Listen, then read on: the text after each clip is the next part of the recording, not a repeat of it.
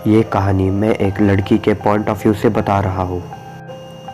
ये एक बहुत ही भयानक एक्सपीरियंस था जो मैं आपको बताना चाहूँगी। जब मैं अपने मिड-20s में थी, तभी लगभग 10 साल पहले मैं मेरे लिए एक ऐसी जगह ढूंढ रही थी जहाँ मैं अकेली और सुकून से रह सकूँ।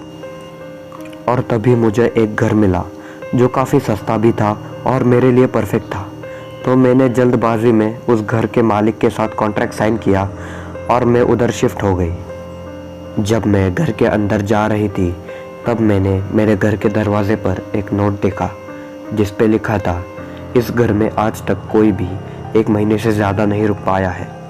मैंने उस मैसेज को इग्नोर किया और मैं घर के अंदर आ गई। थोड़े दिनों बाद जब मैं मेरे फ़ोन पे सोशल मीडिया स्क्रॉल कर रही थी, तभी मैंने अपने पड़ोसी के घर में किसी की परछाई देखी। वो किसी लड़की की परछाई लग रही थी जो एक रस्सी से झूला झूल रही थी, और वो लड़की शायद मुझे ही स्टेयर कर रही थी। ये सब मुझे बहुत ही अजीब लग रहा था। तभी मैंने उस इंसिडेंट को इग्नोर किया और मैं फिर से टाइम पास करने लग गई। थोड़ी देर बाद जब मैं मेरे खिड़की से झाँक कर देख रही थी, तब मैंने देखा कि वो लड़की मुझे ही स्टेयर कर रही है और हंस रही है। मैंने अपने खिड़की के पर्दे बंद किए और बाद में मुझे बहुत ही अजीब फील होने लगा। उस घटना के बाद मैंने अपने खिड़की के पर्दों को खोलने की हिम्मत तक नहीं की, क्योंकि मुझे ऐसा लगता था कि वो लड़की मुझे अभी भी देख रही होगी।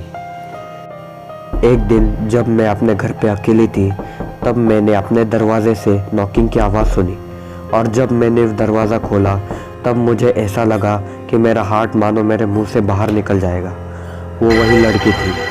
तभी उसने मुझे पूछा कि तुमने अपनी खिड़की के पर्दों क्यों बंद किए हैं? जब मैंने उसके मुंह से यह सब सुना तो मैं बहुत ही ज़्यादा डर गई और मैंने लड़खड़ाती हुई आवाज़ में कहा, बस ऐसे ही।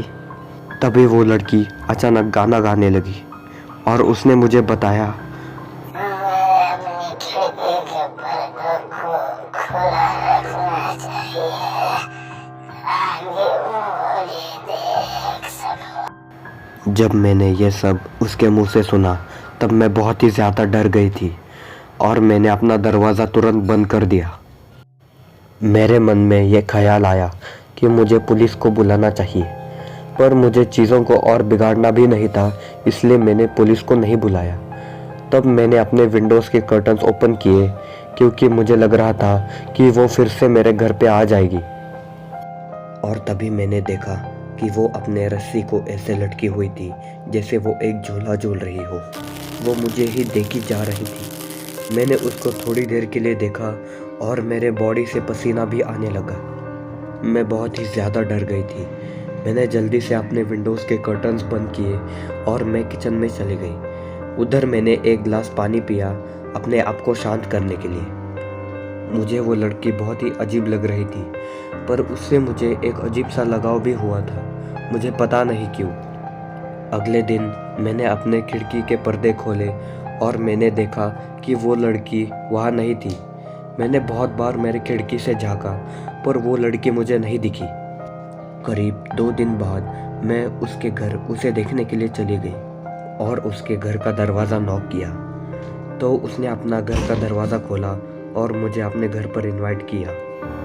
तभी मैंने देखा कि उसके घर में ढेर सारी रस्सियाँ सीलिंग से लटकी हुई थी, जो कि बहुत भयानक लग रहा था, पर मैंने उस पर ज़्यादा ध्यान नहीं दिया। वो लड़की रस्सी पे चढ़ गई और किसी बंदर की तरह एक रस्सी से दूसरे रस्सी पे जाने लगी। तभी उसने मुझे बोला कि